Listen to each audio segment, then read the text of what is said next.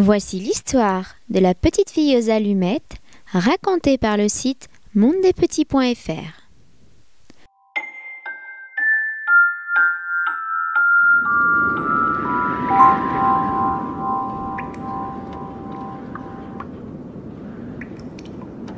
Il faisait effroyablement froid. Il neigeait depuis le matin. Il faisait déjà sombre.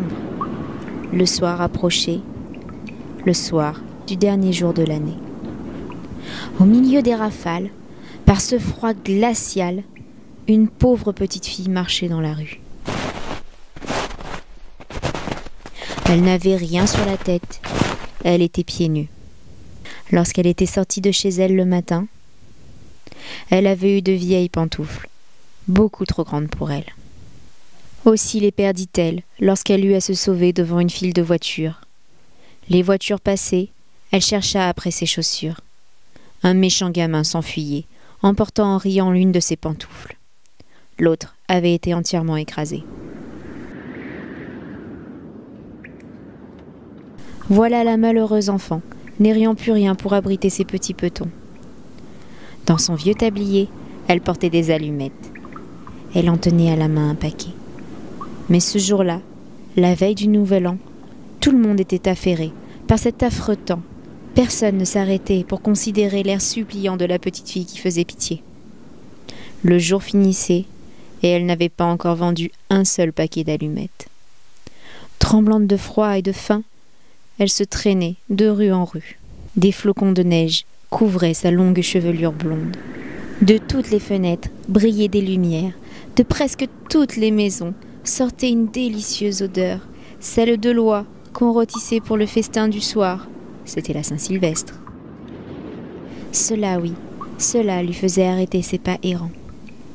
Enfin, après avoir une dernière fois ouvert en vain son paquet d'allumettes, l'enfant aperça une encoignure entre deux maisons, dont l'une dépassait un peu de l'autre. Harassée, elle s'y assied et s'y blottit, tirant à elle ses petits pieds. Mais elle grelotte, frissonne encore plus qu'avant, et cependant, elle n'ose rentrer chez elle. Elle n'y apporterait pas la petite monnaie, et son père la battrait. L'enfant avait ses petites menottes toutes transies. « Si je prenais une allumette, une seule pour réchauffer mes doigts !» se dit-elle. Et c'est ce qu'elle fit. Quelle flamme merveilleuse c'était! Il sembla tout d'un coup à la petite fille qu'elle se trouvait devant un grand poêle en fonte décoré d'ornements en cuivre. La petite fille allait étendre ses pieds pour se réchauffer, lorsque la petite flamme s'éteignit brusquement.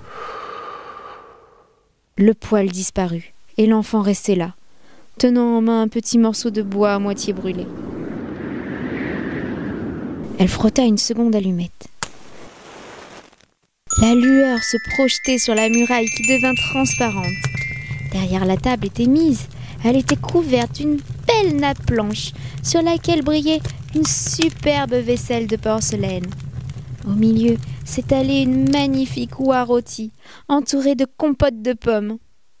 Et voilà que la tête se met en mouvement, et avec un couteau et une fourchette fixée dans sa poitrine, vint se présenter devant la pauvre petite. Et puis plus rien. La femme s'éteint.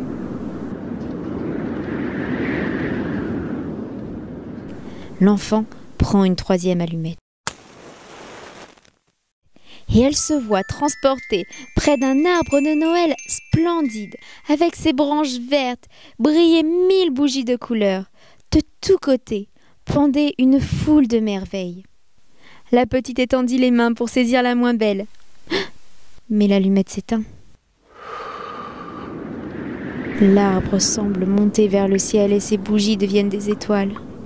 Il y en a une qui se détache et qui descend sur terre, laissant une traînée de feu. « Voilà quelqu'un qui va mourir !» se dit la petite. Sa vieille grand-mère, le seul être qui l'ait aimée et chérie, et qui était morte il n'y avait pas longtemps, lui avait dit que lorsque l'on voit une étoile qui file, d'un autre côté, une âme monte vers le paradis. Elle frotte encore une allumette. Une grande clarté se répandit, Et devant l'enfant se tenait la vieille grand-mère. Grand-mère, grand-mère, grand-mère, emmène-moi. Oh, tu vas me quitter quand l'allumette sera éteinte. Tu t'évanouiras comme le poil si chaud, le super rôti d'oie, le splendide arbre Noël. Reste avec moi, je t'en prie, ou emporte-moi. Et l'enfant alluma une nouvelle allumette, puis une autre, et enfin tout le paquet, pour voir la bonne grand-mère le plus longtemps possible.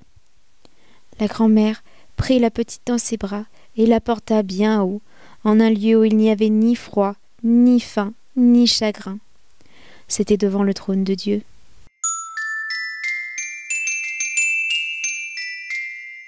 Le lendemain matin, cependant, les passants trouvèrent dans l'encoignure le corps de la petite. Ses joues étaient rouges, elle semblait sourire.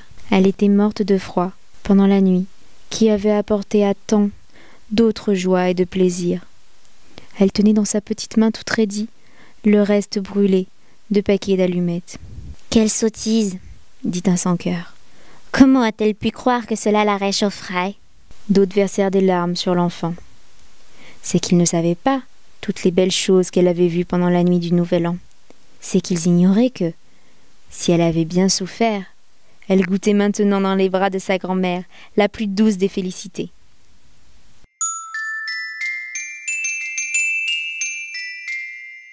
Ainsi finit l'histoire de la petite fille aux allumettes. Tu as aimé cette vidéo ? Viens vite me retrouver sur le site mondedespetits.fr. Plein d'autres surprises t'attendent.